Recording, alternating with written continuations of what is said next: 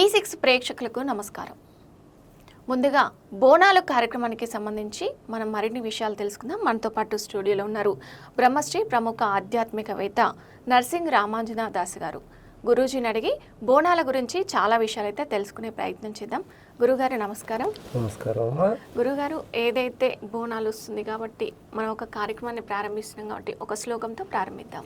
ఓం ఐం హ్రీం క్లీం శ్రీమాత్రే నమః. ఓం ఐం హ్రీం క్లీం శ్రీమాత్రే నమః. ఓం ఐం హ్రీం క్లీం శ్రీమాత్రే నమః. సర్వమంగళ మాంగళ్యే శివే సర్వార్థ సాధికే శరణాగత్ర్యంబకే గౌరీ నారాయణీ నమస్తుతే. జయ నారాయణీ నమస్తుతే. శివనారాయణీ నమస్తుతే. ఓం నమో శ్రీమాత్రే నమః. ఓం నమో శ్రీమాత్రే నమః. గురుగారు, తెలంగాణలో అసలు బోనాలకు చాలా ప్రత్యేకత ఉంది. అసలు బోనాలు అంటే ఏంటి గురుగారు? బోనము అంటే నైవేద్యము అనగా పరమాత్మునికి భక్తితో నైవేద్యాన్ని సమర్పించడమే బోనం అంటారు. భోగము ద్వారా పదాల నుంచి మనకు నైవేద్యము అన్నటువంటి పదం భోగము, బోనము అన్నటువంటి పదం ద్వారా వచ్చినటువంటి ఇది మన తెలంగాణ ప్రాంతానికి సంబంధించినటువంటి గొప్ప పండుగ. వాడవాడల్లో గ్రామాల్లో జరుపుకున్నటువంటి బీద సాధులు ప్రతి వాళ్ళు కూడా కులానికి మతానికి సంబంధించి లేనటువంటి వారందరూ కూడా చేసుకున్నటువంటి పండుగ ఏదైతే ఉందో అదే బోనాల పండుగ. ఈ బోనాల పండుగను తొలుతగా ఎల్లమ్మ తల్లి జమదగ్ని మహర్షికి ప్రేమతో ఆ యొక్క బోనాన్ని అలంకరించుకొని ఆ జమదగ్ని మహర్షికి సమర్పించడానికి ఎల్లమ్మ తల్లి ఎక్కడైతే పోయిందో ఆ సందర్భం నుంచి ఈనాటి వరకు కూడా అనగా మన తెలంగాణలో గ్రామాన పల్లెలో గ్రామ దేవతలకు భక్తి పూర్వంగా సమర్పించుకున్నటువంటి పండుగ ఏదైతే ఉందో కేవలం మాత్రం అదే ప్రతి వాళ్ళు కూడా చిన్న లేదు పెద్ద లేదు ప్రతి కులం వారు కూడా ప్రతి వాళ్ళ కూడా భక్తి శ్రద్ధతో అమ్మవారికి ఆ జగజ్జననికి జగదీశ్వరికి భక్తితో ప్రేమపూర్వకంగా సమర్పించినటువంటి ఏదైతే ఉందో అదే నైవేద్యం. ఆ అమ్మవారికి భోగము అంటే నైవేద్యాన్ని కొత్త కుండ తెచ్చి ఆ కుండకు అలంకరించి ఆ కుండలో పచ్చి కూరగాయలతో వండినటువంటి అయితే కూరగాయలు ఉంటాయో దాన్ని వండి బెల్లము పాకము పెరుగు మరి అన్నము వండి ఆ కుండలో పెట్టి ఆ కుండకు అలంకారము చేసి ఆ అమ్మవారికి గ్రామదేవతకు అర్పించడమే బోనము. దీన్నే అంటారు బోనము. ఇది ఆషాఢ మాసంలో అనగా జ్యేష్ఠ మాసము అయిన అనంతరం ఈ యొక్క ఆషాఢ మాసము అంటే అమావాస్య అయిన తెల్లారి నుండి జ్యేష్ఠ అమావాస్య అయిన తెల్లారి నుండి ఎక్కడైతే గోల్కొండ జగదాంబికా దేవాలయం నుంచి ప్రారంభమైనటువంటి ఏవైతే బోనాల పండుగ ఉందో యావత్తు తెలంగాణ ప్రాంతమంతా కూడా జరుపుకుంటారు ఈ బోనాల పండుగ. ఎక్కడ నుంచి ప్రారంభమవుతుంది? గోలుకొండ జగదాంబికా దేవాలయం నుంచి ప్రారంభమైనటువంటి పండుగ అమ్మవారికి ముక్కులు సమర్పించుకోవడం, ఆ అమ్మవారికి నైవేద్యాన్ని ఇవ్వడం, ఆ అమ్మవారికి తన ఇంట్లో ఉన్నటువంటి కోరికలు తీర్చినటువంటి తల్లి జగదైక మాతృశక్తి అంటారు. అంటే మాతృదేవతను ఆరాధించినటువంటి ఏదైతే శక్తి కేవలం ఉందో కేవలం మాత్రం మన యొక్క తెలంగాణలో మాత్రమే ఉంది. మాతృ ఆరాధన అంటారు దీన్ని. అంటే తల్లిని ఆరాధించడం, ఆ తల్లిని పూజించడం సాంప్రదాయం అయితే ఉందో తెలంగాణ ప్రాంతంలో పల్లెలో జరుపుకుంటున్నటువంటి పండుగ కేవలం ఆషాఢ మాసం మరి కొన్ని గ్రామాలలో శ్రావణ మాసంలో కూడా జరుపుకుంటారు. అంటే శ్రావణ మాసం కానివ్వండి, ఆషాఢం. అంటే దీని యొక్క ప్రత్యేకత ఏంటిదంటే ఆషాఢ మాసంలో ప్రారంభమైనటువంటి, గత మాసం జ్యేష్ఠ మాసంలో ప్రారంభమైనటువంటి వర్షాలు ఆషాఢ మాసంలో కొద్దిగా ప్రారంభమవుతాయి. మరి రేపు వచ్చినటువంటి శ్రావణ మాసంలో అధిక వర్షాలు పడుతుంటాయి. దీనికి కారణం ఏంటంటే గ్రామంలో, పల్లెల్లో ఉన్నటువంటి ప్రజలందరూ కూడా, పిల్ల పాప అందరూ కూడా సుఖంగా, సంతోషంగా, ఆనందంగా ఉండాలని ప్రతి గ్రామ దేవతకు, గ్రామంలో ఉన్నటువంటి మా దేవత ఎవరైతే ఉన్నారో నానా రకాలుగా నామాలు మనం పెట్టుకొని ఆ అమ్మను పూజించినటువంటి సంస్కారం కేవలం మాత్రం తెలంగాణలో మాత్రమే ఉంది. అందుకే దీన్ని తెలంగాణ బోనాల పండుగ అంటారు. అనగా ఇతర రాష్ట్రాల నుండి వచ్చి కూడా ఇక్కడ తన యొక్క బంధువుల దగ్గర వచ్చేసి ఈ పండుగ జరుపుకుంటారంటే తెలంగాణ యొక్క ప్రత్యేకమైనటువంటి పండుగ ఏదైతే ఉందో అదే బోనాల పండుగ. అనగా ఆ అమ్మవారికి ప్రేమపూర్వకంగా సమర్పించినటువంటి నైవేద్యం ఏదైతే ఉందో, ప్రసాదం ఏదైతే ఉందో అది అమ్మవారికి సమర్పించడమే నైవేద్యం. అనగా ఆ నైవేద్యాన్ని ఆ కాలంలో ఎల్లమ్మ తల్లి జమదగ్ని మహర్షికి సమర్పించి, ఆ కాలంలో అనగా త్రేతాయుగంలో ఆ సాంప్రదాయాన్ని బట్టి ఈనాడు ఆడపడుచులందరూ కూడా, ముత్తైదులందరూ కూడా ఆ అమ్మకు, ఆ జగదాంబికకు నా పిల్ల పాప, మా కుటుంబము, మా పొలాలు, మా పశువులు అన్నీ కూడా సక్రమంగా సుభిక్షంగా ఉండాలంటూ ఆ తల్లిని ప్రార్థన చేసుకుంటూ ఆ తల్లికి నైవేద్యాన్ని సమర్పిస్తారు. ఇది బోనాల పండుగ. గురువుగారు, అలాగే బోనాలలో మనం వేపాకుకు ఎక్కువ ప్రాధాన్యత ఇస్తాం. వేపాకు యొక్క అసలు ప్రాముఖ్యత ఏంటి? వేపాకు ఇది చాలా ఆయుర్వేద పరంగా చూసినట్లయితే, రెండోది దాని యొక్క ఏంటిదైతే ఆయుర్వేద పరంగా చూసినట్లయితే చాలా ఆయుర్వేదానికి పనికొస్తుంది వేపాకు. వేపాకు చాలా చల్వపరమైనటువంటి, చాలా చల్లగా ఉంటుంది. వేపాకు చెట్టు కింద ఒక్కసారి నిలబడి మనం అమ్మవారికి ప్రార్థన చేసినట్లంటే సకల దోషాలన్నీ కూడా, సకల పాపాలన్నీ కూడా, సకల రోగాలన్నీ కూడా వెళ్ళిపోతాయి. అంటే అంత మహత్తుతో కూడినటువంటిది వేప చెట్టు. ఆ వేప చెట్టు యొక్క ఆకు ఆ అమ్మవారి యొక్క బోనానికి తెచ్చే అలంకారము చేసి, అంటే ఏ కుండ ఉంటుందో కుండ మీద ఆ యొక్క వేపాకును పెట్టి అలంకారం చేసి, ఇంకో కుండ పైన ఆ అమ్మవారి యొక్క కుండ ఏదైతే ఉంటుందో దానిపైన అలంకారం చేసి, మరి దానిపైన అఖండ జ్యోతిని వెలికిస్తారు. సరే, వేపాకు యొక్క ప్రత్యేకత ఆయుర్వేదంలో చాలా గొప్పది, చాలా చలువనైనటువంటిది కానివ్వండి. అది చేదుగా ఉంటుంది, కానీ ఆరోగ్యపరంగా చాలా మనకు ఉపయోగకరమైనటువంటి వృక్షం ఏదైతే ఉందో వేపాకు. ఆ వేపాకు, వేప చెట్టు కింద అమ్మవారు సాక్షాత్తు జగజ్జనని జగదీశ్వరి దేవాలయం అమ్మవారు ఎక్కడైతే ఉందో అక్కడ ఆ వేప చెట్టు కింద అంటారు. అందువలన ఆ అమ్మవారికి ప్రియమైనటువంటి ఏదైతే ఉందో వేప ఆకు, ఆ వేప ఆకు ద్వారా అన్నీ కూడా శుభాలు కలుగుతాయి అంటున్నటువంటి విషయానికి తెలుసుకుంటూ ఆ వేప చెట్టు యొక్క ఆకు, ఆ కొమ్మలను ఆ బోనం పైన అలంకరిస్తారన్నమాట. నేను ఆయుర్వేద పరంగా అంటున్నాను కదా, కేవలం దాని లేత ఆకులు నిత్యం ఎవరైతే తింటారో అలాంటి వారికి షుగర్ లాంటి వ్యాధి వెళ్ళిపోతుంది. భయంకరమైనటువంటి వ్యాధులు తగ్గిపోతాయి. వ్యాధులే తగ్గిపోవడం కాదు, ఆయుష్ పెరుగుతుంది, ఆరోగ్యం బాగుగా ఉంటుంది.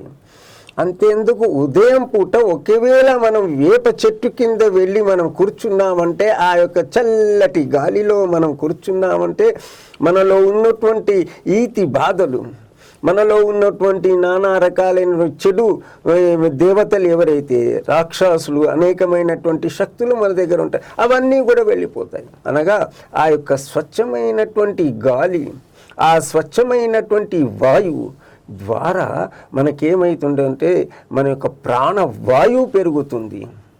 అందువలన వేప చెట్టు యొక్క ప్రత్యేకత ఉంది. వేప చెట్టు సాక్షాత్తు అమ్మవారి యొక్క స్వరూపం అంటారు. ఆయుర్వేద పరంగా ఒకవేళ వేప కొమ్మను మనం నిత్యము దంతధవనం చేసినట్లయితే దంతాలు బాగుగా ఉంటాయి, తెల్లగా అవుతాయి, ఎలాంటి రోగాలు రావు. అంత ఉపయోగకరమైనటువంటి వేప ఆకు. అందువలన చల్లటి గాలి ఇస్తుంది, చల్లటి వాతావరణం ఇస్తుంది. ప్రతిదీ కూడా అనుకూలమైనటువంటి చెట్టు ఏదైతే వృక్షం ఉందో వేప చెట్టు. ఆ వేప చెట్టు యొక్క కొమ్మలను ఆ బోనం పైన అలంకరించి ఆ నెత్తిపైన ఎత్తుకుంటే అమ్మవారు ఎలా కనిపిస్తుంది, ఎలా నృత్యం చేస్తుందండి. ఆహా! ఆ సాక్షాత్తు జగజ్జనని జగదంబిక ఆ యొక్క అమ్మవారి యొక్క బోనాన్ని ఎత్తుకుని నృత్యం చేస్తుంటే సాక్షాత్తు అమ్మవారు నృత్యం చేస్తుందా అన్నటువంటి వేప కొమ్మలన్నీ కూడా ఆరుతూ ఉంటాయి. అనగా ఇలాంటి వాతావరణంలో ఉంది కాబట్టి ఈ ఆషాఢ మాసంలో వర్షాలు ఎక్కువగా పడుతున్నాయి. అందుకే స్వచ్ఛమైనటువంటి వాయువు కావాలి, స్వచ్ఛమైనటువంటి ఆరోగ్యం కావాలి.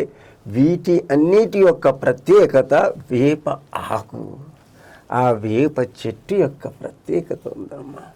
ఓకే, అలాగే గురుగారు, అలాగే బోనాలలో ఘట్టం యొక్క ప్రాముఖ్యత ఏంటి? ఘటం అమ్మవారికి ఘటము చెయ్యడం అనగా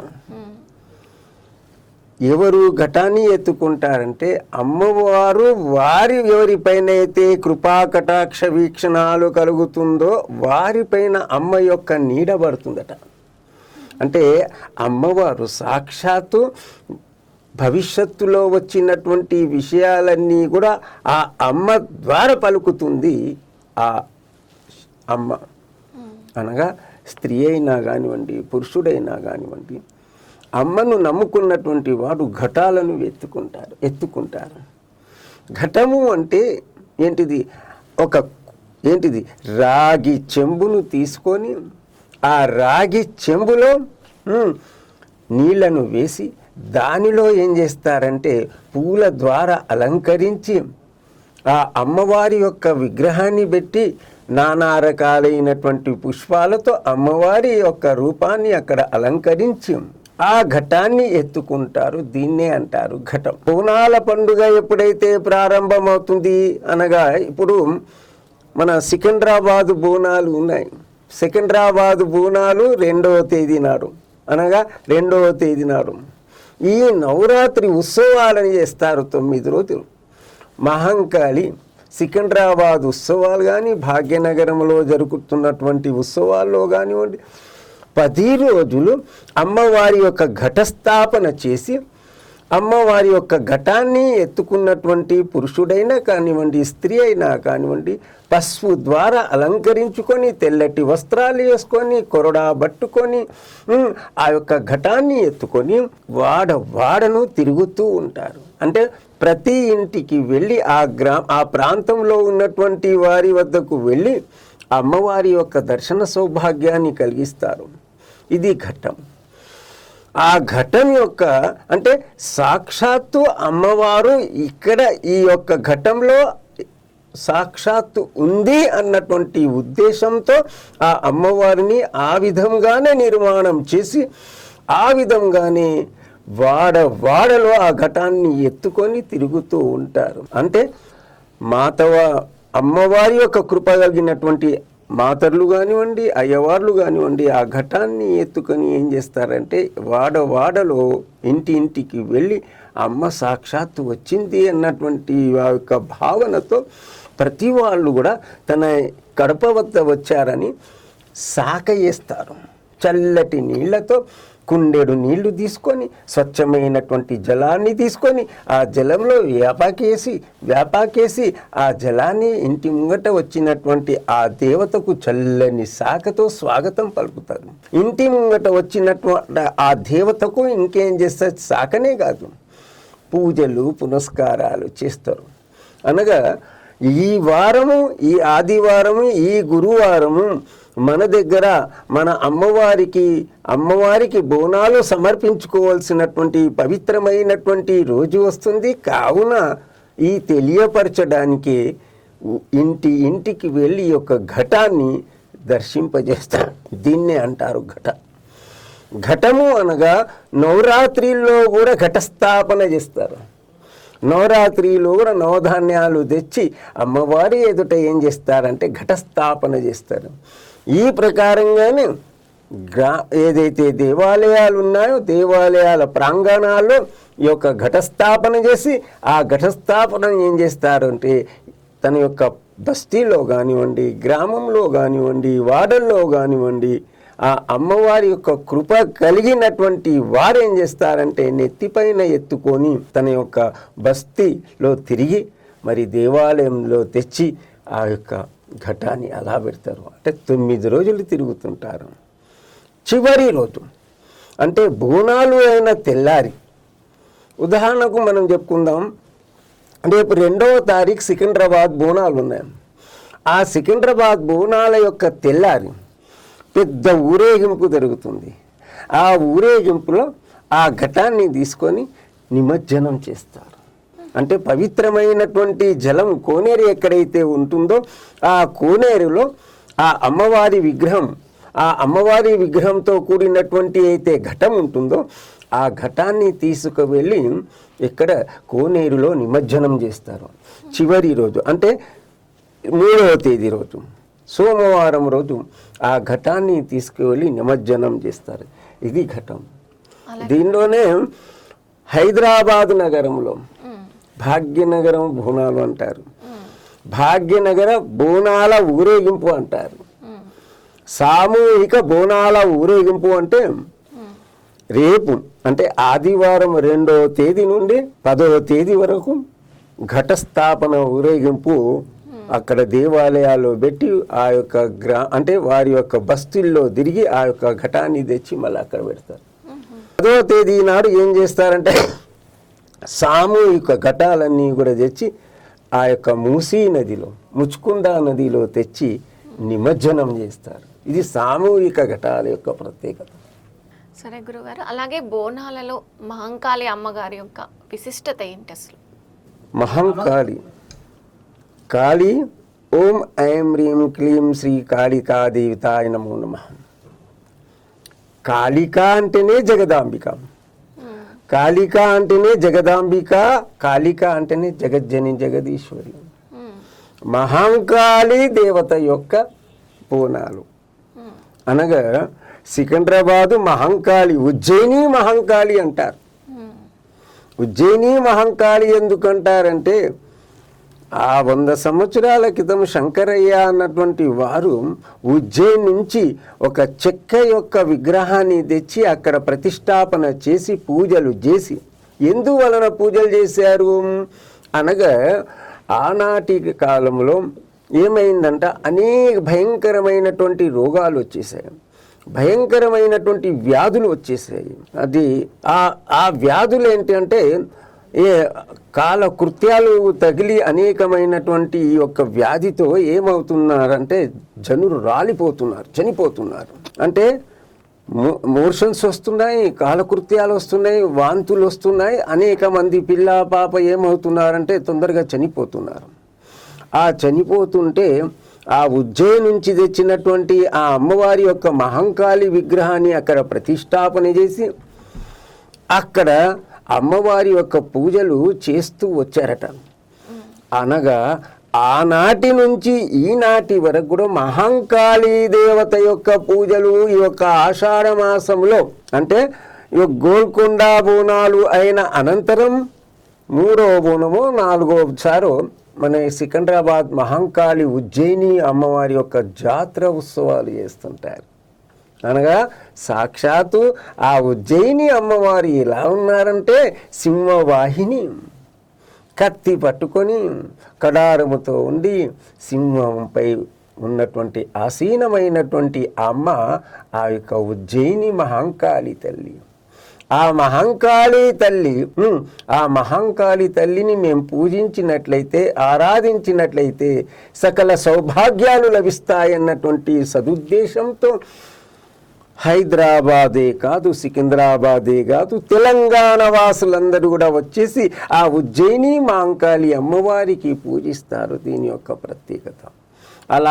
ఎలాంటి ఈతి బాధలు రావు, ఎలాంటి మాకు ఆరోగ్యవంతంగా ఉంటాం, ఎలాంటి అనారోగ్యాలతో ఉండం అన్నటువంటి సదుద్దేశంతో తెలంగాణ వాసులందరూ కూడా ఆ బిజ్లీ ఆ మహంకాళి తల్లికి, సికింద్రాబాద్ మహంకాళి అమ్మకు వచ్చి పూజలు జరుపుకుంటారు. దీని యొక్క ప్రత్యేకత అనగా మా పిల్ల పాప అందరూ కూడా సుఖంగా, సంతోషంగా, ఆనందంతో, ఆరోగ్యవంతులై ఉండాలని ఆ మహంకాళి తల్లితో వేడుకుంటారు. కావున ఉజ్జయిని మహంకాళి జాతర అంటారు దీన్ని. ఉజ్జయిని మహంకాళి జాతర అంటారు. అనగా ఉజ్జయిని నుంచి వచ్చినటువంటి ఆ అమ్మవారి యొక్క విగ్రహం ఇప్పటికి కూడా అక్కడ ఆ అమ్మవారి యొక్క విగ్రహంని పూజిస్తారు. కావున సికింద్రాబాద్ ఉజ్జయిని మహంకాళి అంటారు. ధన్యవాదాలు గురుగారు, చాలా చక్కగా వివరించారు. మీ విలువైన సమయాన్ని కేటాయించి మా స్టూడియోకి వచ్చినందుకు ధన్యవాదాలండి. చూసారు కదా బోనాలు ప్రత్యేక కార్యక్రమం. మరొక ప్రత్యేక కార్యక్రమంతో మళ్ళీ కలుద్దాం. అప్పటిదాకా చూస్తూనే ఉండండి E6 టీవీ. నమస్కారం.